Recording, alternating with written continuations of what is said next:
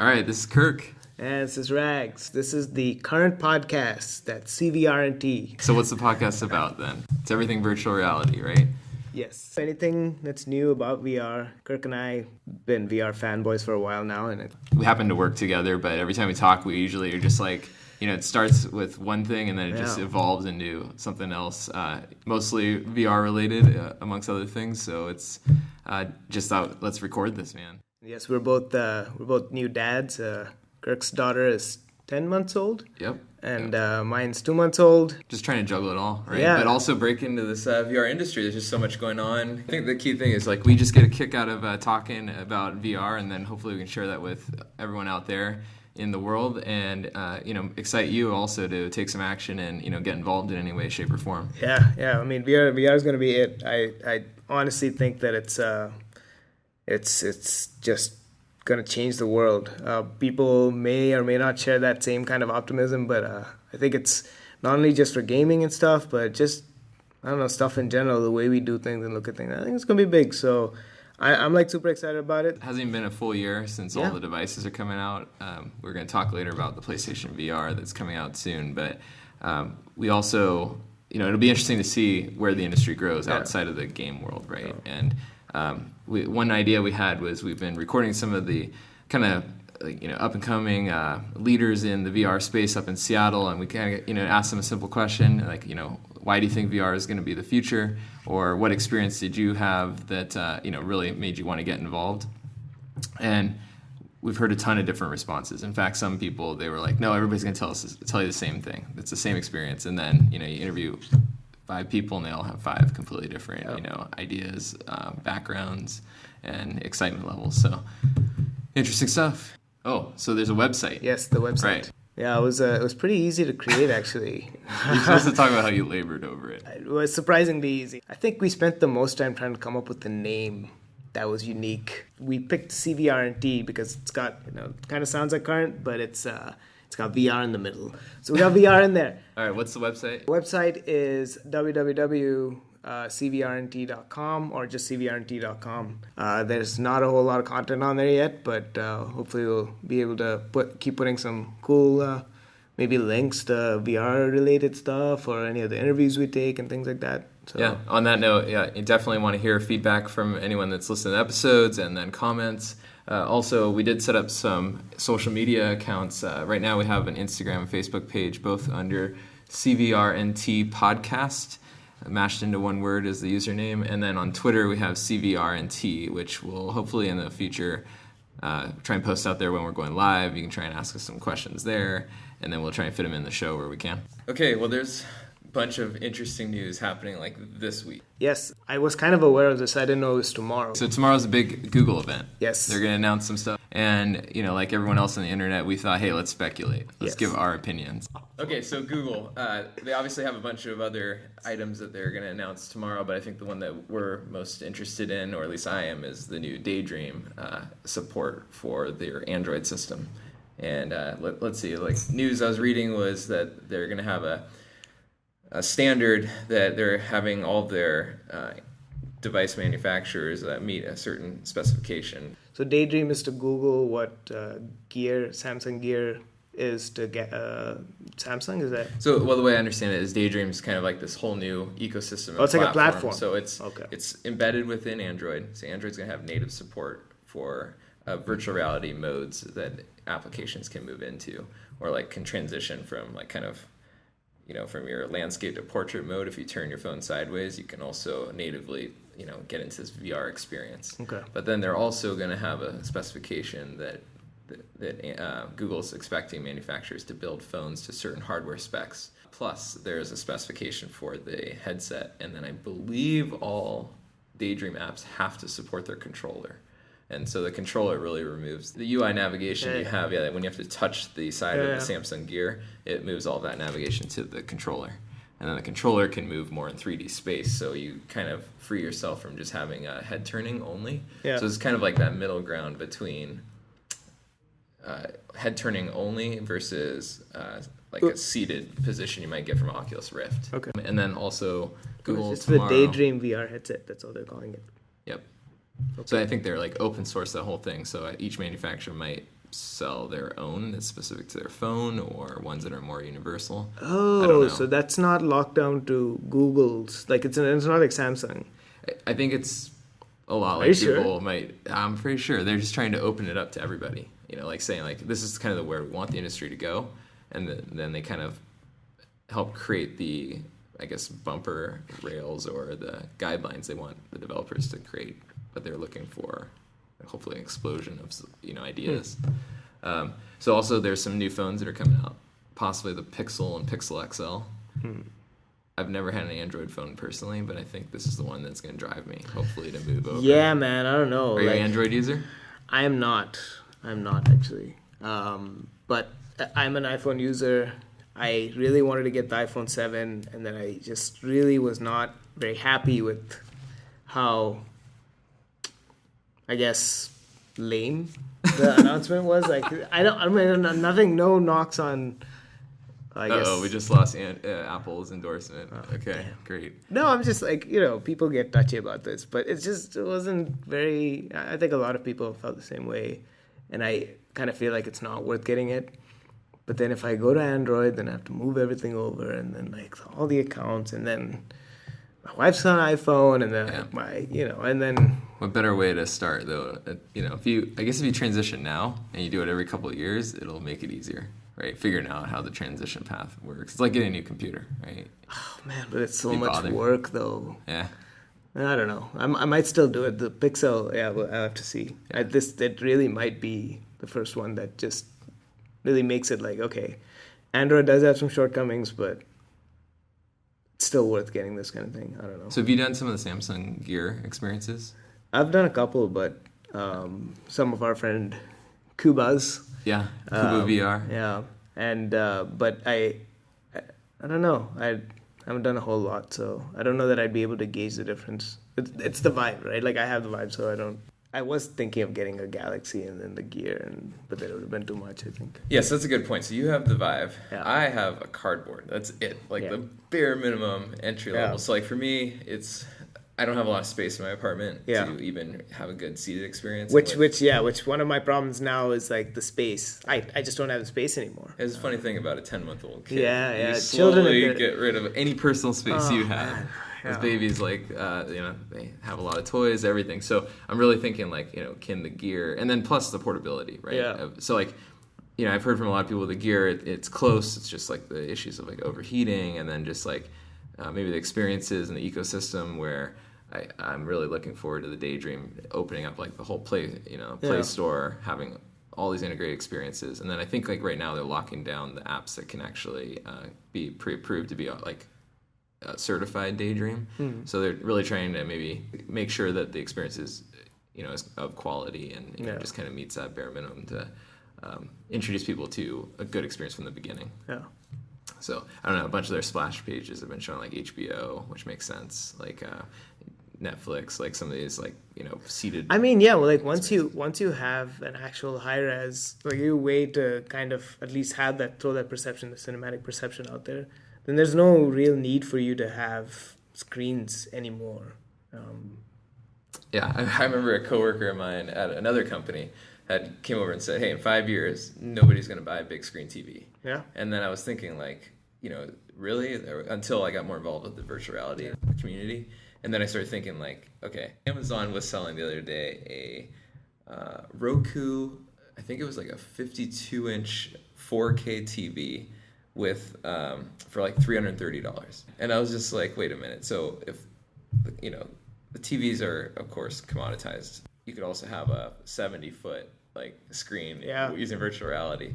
And then like I think what's gonna be cool is seeing some of the collaboration where our community apps, like where I could be sitting next to somebody that's either physically in the room with me or virtually in the room. I mean that's also an interesting point because like you could do those kinds of experiences, but on the flip side, I mean, you're just talking about people who are potentially just everyone's going to be wearing their headset and just sitting at home and like just never have to interact with each other. I think about this as like having kids, right? Like so we have like really young kids. If by the time they're like 10, 12 years old, it's like having a VR headset is like having an iPad or whatever. Is my kid even going to see me? Like if I'm standing there, like this is gonna like take her to whatever, and then it's gonna be crazy. I mean, somebody we know, Reverend VR, or Reverend Kyle. Yeah. He has a podcast out there, a little popular. You know, if you're out there looking for a VR podcast, you might have heard of it. Anyway, he was talking about HoloLens and how he has some photos up on his walls when he uses the HoloLens that only he can see when he looks through the HoloLens. And then I've heard other stories of like Boeing or other companies like using QR codes, mostly for robots to like know how to walk through a inventory of their stock room or something.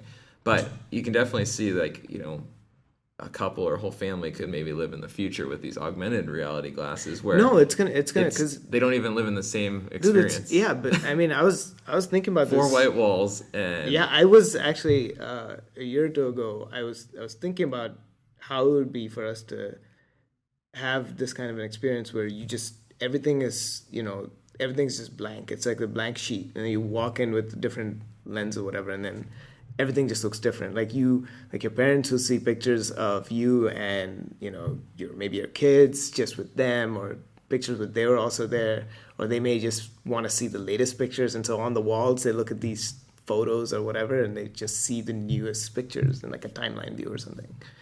Whereas you see different things, or you see a wall a different color or something else. I mean, you could just be living in the same place but living very differently. Yeah. I wonder if it will get to a point where you have like really old school like VR glasses or whatever that give you some kind of immersive ability, but like the higher end ones, like there's that class difference kind of thing becomes a thing where like because your VR headset's like crappier, like your experience of life is crappier. I actually heard someone else talking about how we have like so much volume of like video now, right, on your phone. You have like your whole kit. You have like basically you have a video or photo of everything kid's life. Yeah. But then it's like kind of stuck on the computer, and it requires you have to go dig it up, pull it up, look for it. But I don't know, with maybe AI and stuff, like there's the flip side of that is that you can be reminded of these things a little more than just having like pop an app. Forget that, right? Like eventually with machine learning, you don't have to worry about that because it's just you could feed whatever into this thing that's going to process it and then decide how to show these pictures based on chronological order, file names, dates, whatever, and then put it together and look at the way the pictures are. I'm sure like Google could probably run this through all their stuff, and then basically just compress it, look at all the pictures, overlay them, see what where location, maybe geolocation plays into it, and all of a sudden you just hop into this view and just be like, show me our last trip's thing, and then it just pops up and then shows this. Yeah. So good thing we're not a podcast about security and privacy. Yeah. Because that'll always throw a bump in the road there. So what else? PlayStation VR. Yeah. You told me some stuff about it. October 13th. It's coming out soon. Yes. PlayStation VR is going to drop soon. I think they said it was $399 for the initial offering. I think it comes with just the headset alone and a couple other things. But we have a Eastside VR meetup, and as part of the Eastside VR meetup, we spoke with someone. He said he was heavily involved in PlayStation VR development, games and such. So he said it's a pretty nice platform. He recommended it. So I don't know. I don't think I'm going to go buy one. So do you have a PlayStation? I have a PlayStation 3 that I recently, within months before my child was born, started playing again. And now that my child's born, I don't get to play it anymore. So I told myself if I could justify playing through a few games and find the time to do it in a way where my wife does not threaten to kill me, then... So instead we start a podcast? Instead we start a podcast because, I just like running my mouth. As long as I run my mouth, get tired, and go home, she feels, I think, I'll talk less. So, So yeah, I mean, the VR... knowing PlayStation, though, it's going to be a well thought out, executed, platform. I don't know. That's my thoughts. Like, it's just going to be like, it's not going to be beta initially. I mean, see, at the end of the day, it's like, it depends on what you want. You're a gamer, like, you're going to get the PS4, PS5, whatever it is. And then even if this thing is like $400, so it's $400, let's say Move controllers and a couple $100, camera, whatever else sensor they need. So let's say $500, $600, $700. And then if you're going to have a PlayStation system, that you use for other stuff anyway, then this is actually cheap, because for any other headset you need the extra computer to go with. Like, I had to build a computer for my Vive because I didn't have anything. I didn't have a Windows machine at home, you know. Yeah, I mean, I guess the thing, as long as it's not a toy, I could imagine some people thinking like, hey, it's just another add-on like the Kinect for Xbox, or like maybe the Wii, where you hopefully it just doesn't die off. Well, I mean, that Game Boy, Virtual Boy. Did you ever have one of those? No. The Nintendo Virtual Boy, No. The red like headset that you like leaned into to. It just shot lasers in your eyes. What? You might be a little younger than me. I'll have to send you a link or show it to you. But it came out like in the like mid '90s or so. I bought one used. I was so excited for it. You just like, it was virtual reality. So they call it like the Virtual Boy, and it was made by Nintendo. You could play like virtual tennis and stuff, and it was awesome. But apparently it was really bad for you, because it just literally shot like these like red light lasers into your eyes. Okay. But the platform didn't pick up. Yeah, and, it just died well, off. no, I mean, because the other thing I was reading was it's gonna have the whole cinematic experience thing, like you were saying, like we were talking about, like with the watching movies and stuff in this big, not having TVs. With that, you can play. So that's what they said. They said you have a cinematic thing for viewing whatever from apps, and then you also have you can play PlayStation games on that screen in your headset. So you could, like, for those of us who are married, I mean, and if our significant others, our children want to watch something on TV, then you don't have to. You could be like, you watch whatever you want. I'm just going to throw my headset on and go down on this game, and you're watching this massive screen, and you're like, this is awesome. I think that's going to be big. I think that's a great selling point. You don't have to get another TV, and you have a personal TV. I was actually considering getting another TV used or something, just because I was like, man, I can't ever watch anything I want. Oh yeah, so I haven't watched like anything since my kid was born. But I was going to say, like, maybe that is like a perfect sweet spot where the PlayStation is just like, the brand name, and everybody's going to, for just sitting on the couch, basically sitting on the couch. Yeah, and then you're gonna have like the experiencing latest virtual reality, right? Like, and then, but you can also, if you just want to play regular games, you can still play regular games. You just have this headset that allows you to play them without interfering with anyone or anything else. Yeah, I mean, I find it probably pretty easy to believe that most people's like computer experiences, like however they have their computer set up, is not the most like laid back place to just kind of like hang out and like watch like a 2-hour movie, or just like get super immersed, unless you're into like PC games, right? But even then, you're probably in like a chair, where I feel like the PlayStation is probably perfect for just sitting on the couch, kicking back, and like getting into a game, or the cinematic experience is gonna be kind of interesting to see. So. All right, so hey, we didn't talk about this before, but what about like voting? What we pro or con any of the Google Daydream or PlayStation? Thumbs up, thumbs down. Well, we just speculated, man. We gotta wait for the freaking thing to drop today. No, what do we think today? Today. Moment. Tomorrow will be a different story. Today. That's the best part about being a pundit. You can say one thing one day. No. Well, yeah, that's true. And then we're gonna put it all together, so we'll seem super smart. I think it's going to be similar to the Gear.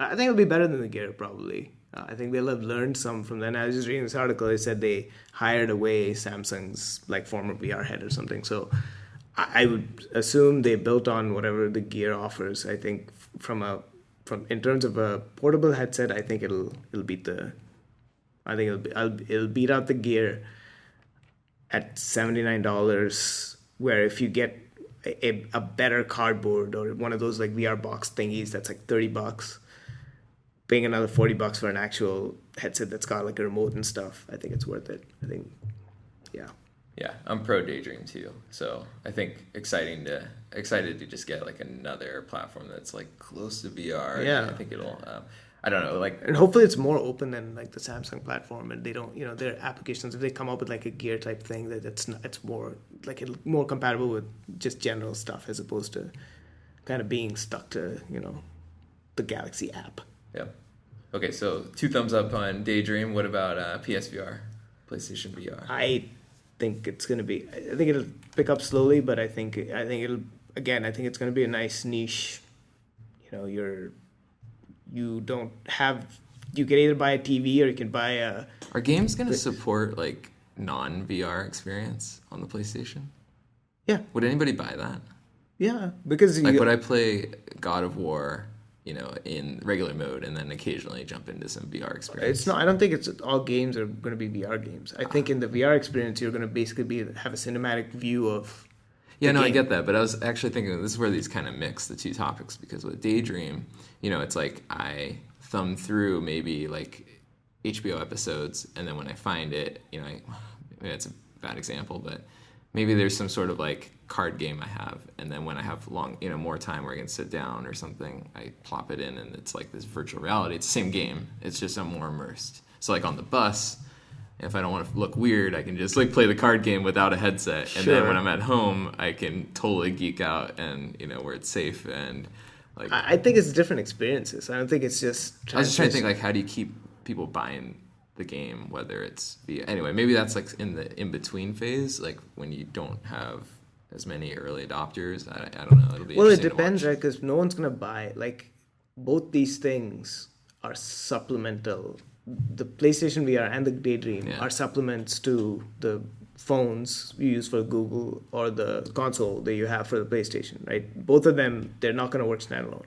Yeah, as opposed to maybe Oculus or like HTC. Those are like specialty. That's all they do. Have those downsides too. Like they're probably not used. I mean, there's downsides to anything, but for these guys specifically, like so PlayStation VR, I think it's a good niche thing. I think it's gonna be pretty fun, and I think if they actually pull off without lag, being able to play games on the VR headset and cinematic experience, that's gonna be off the chains, man. That'd be tight. All right. Well, coming into it, I was actually thumbs down on PlayStation VR, but I want to see it. Yeah. Anyway, I want to root for it. I think it'll be interesting. Okay, so before we close out, then there was a couple things. We do run the Eastside Virtual Reality Meetup here east of Seattle, Washington. And we're in a town called Bellevue, Washington, which is really close by. And we've been running that for about 6 or 7 months. It's been super exciting, meeting a lot of people in the community. Our users are growing. We definitely hope people from our meetup support this podcast. But right now, we're not like crossing the two over or anything. We're kind of running them as separate efforts. And let's see, probably in future podcasts we can talk more about like what we normally do for a day job if anybody cares about that stuff. Yeah, we got it up at some point, I guess. Or talk even less about what we normally do as a day job and just talk about what we like to daydream about. There you go. Yeah, I mean, we didn't even talk about our work stuff in our introduction. That's fun. I think that's part of it. Usually we're just so excited to talk about that's interesting, VR. Yeah. Right. So just script right over all that. Talk about priorities, man. I know. It's kids, VR. Kids, VR, okay. That's it. But we do have to not alienate our users out there, because I'm sure there's people that are not married, that don't have kids. So let's see. I did want to ask you, though. So have you seen that South Park skit on the Nodulus Rift? No, I have not. Or the Nocilus? No, I have not. I'll have to send it to you. If anyone out there hasn't seen it, you need to check it out. It's hilarious. Okay. It is. I'll set it up. It's how product video might have been released of like the Oculus coming out, and like a designer talking about how they came up with the concept, and people talking about how when they first got into the experience and how immersive it was. Like one of these drama little like 2-minute product videos.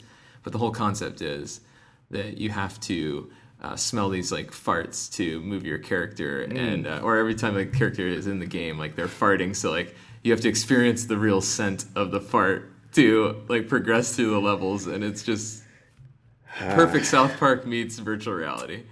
And I don't know if it helps or hurts the industry, but oddly enough, I'm seeing companies come out with prototypes that do something similar, where you get your smell-o-vision, but it's more than just farts. Nice. Thankfully. Nice. Well, I'll check that out, and we'll talk about it next time. All right. So we're coming to you from Washington. Let's see. Hopefully excited. We're obviously excited, but want to bring you more content and just more geeking out and nerding out about this stuff. So. Yes. So hopefully we'll keep doing this on the regular. So. All right, then. This is Kirk, and this is Ragz, and we're out of here. All right, bye. Bye.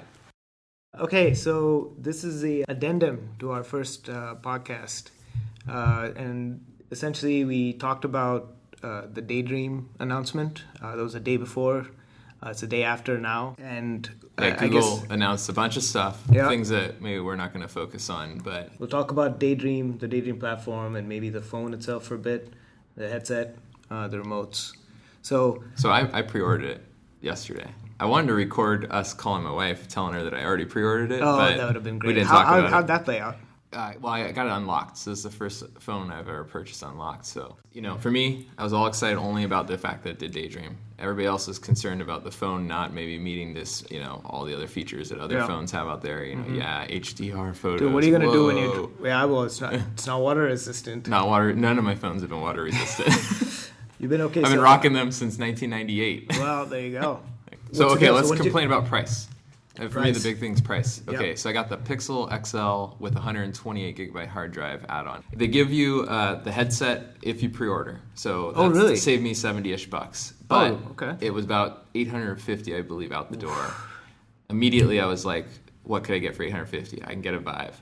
I can get probably a whole PlayStation 4 plus the PlayStation VR headset. Yeah, pretty close to it.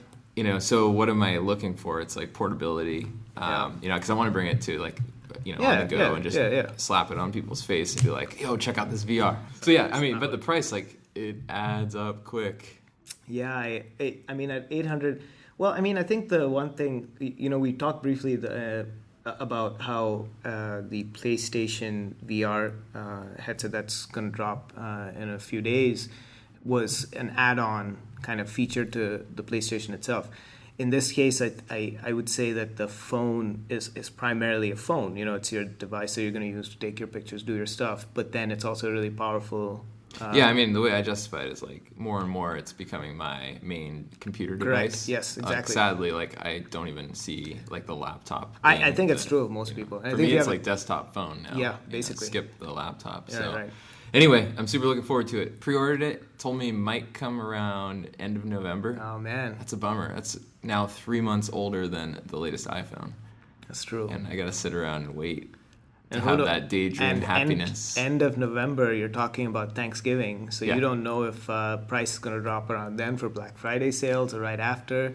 We don't know if there are going to be other phones or other manufacturers that are going to drop products out. Well, we know they will. That's the one downside. Well, in theory, this phone will be able to upgrade to latest versions of the Android operating system more quickly than the other manufacturers. Blah, blah, you also get unlimited storage, a bunch of stuff along with it. But I mean, we're talking about the phone a fair bit, I think, because it is basically the key component of the Daydream platform and Daydream itself.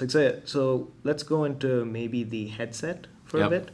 I thought it looked really nice. I thought it had a nice polished look. So let's talk about the headset. It's made primarily out of cloth. It's supposedly really light. It has an insert that can be pulled out and washable. A lot of people online were just saying you're paying $70 for an eye mask that you're gonna sleep with at night. Or it's a glorified cardboard, really, if you think about it, right? The structurally. But it's an interesting take, right? Hardly any electronics in the actual headset. Right. It's all been pushed down to the controller that we'll talk about. But I think the headset was actually pretty cool. Yeah, I had no complaints about it. The closest, obviously, we can compare it to a Gear or other cardboard type things. I have a Turbot 3D viewer. So you have the ViewMaster virtual reality headset from Mattel, right? The red colored one that you can find on Amazon. Which is basically a cardboard. I've used it a couple times. You've lent it to me, and it's nice. It was nice. What I liked about that was, and about the Turbot thing, is it's a hard plastic, and the Gear feels a little better, obviously, than these other cardboard viewers. But I think the Daydream headset is an in between all those things. So the ViewMaster I like because I can chuck it in my backpack and then go. I am a little concerned about the shape, I guess, of the cloth headset if it'll lose its form. Yeah. That's probably a concern. If I throw that in the backpack too. Yeah, but again, as far as lifespan, I don't know. I don't know what the estimated lifespan is, or if it's a cloth insert that can be, cleaned up or removed, then maybe structurally it's decent enough that it's going to withstand whatever we do to it. Yep. So the remotes. So basically they're removing the controls like you have on the gear that's on the actual headset into an external remote. Yeah, I think that you hold in your hand. Right, and I knew that they were going to do that, but just watching the guy hold it, and it's pretty small. It's nice to just hold it in your hand, and I think not having to reach up to your headset makes a difference. Just like a Wii controller, right? So it looked a lot like the Wii controller, and I started thinking, like, when the guy was talking about how you could have these shooting games and stuff, and it's really accurate, whatever. So just like we had a steering wheel for Mario Kart, you're probably going to get like these little rifle type things, or maybe a bat for if you're playing like a baseball thing or whatever, right? So you could have these other things that pop up that are probably going to be pretty cheap that come out, that we can just slap that in there, and then it would still track, it would still do stuff, but then it would let you do like basically hold this thing, physical thing, making you feel more like you're in this thing actually doing stuff, right? Like you're shooting a gun, or you're pointing at something, or you're like you have the sword type thing, I don't know, whatever, right? No, I think it'll be cool. I mean, I want to get my hands on it. If you're able to get multiple remotes then it changes the game quite a bit, right? Like you're able to now use both hands to do stuff. I don't know how much it's gonna make, and we'll have to wait for the thing to drop and see what the uses are and how it's gonna play out. They did announce a bunch of apps and things you could do with it. The Street View thing, that was pretty cool. I could totally see myself just hopping in there and being like, all right, well, I want to go and check out. So they did bring up the Faroe Islets and the Sheep View thing, which was pretty cool. It was pretty funny. I think like my mother-in-law and father-in-law, I don't think I could convince them to get into VR. But when I saw the Street View demo, I was kind of like, at home that evening, I was just like, I bet, that'd be something I'd show them first. And they'd be into it. I think they could see the potential. And I think it kind of gives you this idea of going in and using Street View to check out stuff and spots around and actually kind of be in and look around and stuff. I think that's pretty cool. I think it's going to be interesting. And I mean, for trip planning, I've used Street View a lot to kind of say like, okay, where between the hotel and this restaurant, like, so I kind of get a good visual, especially if it's a walking city. Right. Like in Europe, a lot of those, it was helpful to like use Street View to see where A to B, how I'm going to walk around. And I think like, it'd be cool. Like, I don't think it's going to replace travel just yet, but it's amazing that like, Google, everybody already knows Google has the access. But I mean, that's probably something that you could get with any headset eventually, as long as you have that plugin and the ability to display Street View in that way. I think they'll probably open it up at some point. But there's a couple other things. They talked about cinematic experience, to watch movies and Hulu and Netflix and stuff on there.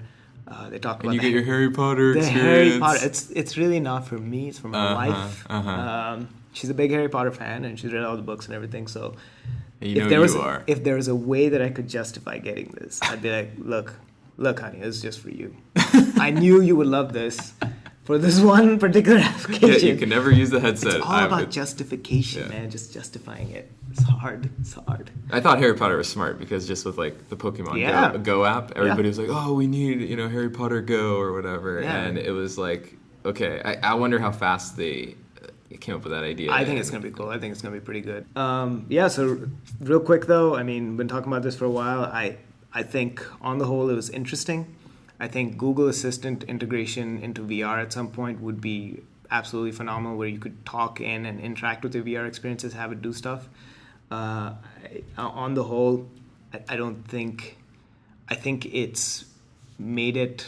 It's basically an Android-based platform for virtual reality now, where Samsung, when they came in, it seemed like it was a Samsung-only experience because you needed to use the Galaxy app and you use Galaxy. And sure, they're going to open it at some point, but this kind of cuts into that. So it'll be interesting to see how this affects Gear VR sales and how Samsung tunes their business model to kind of incorporate how this is going to change things for them.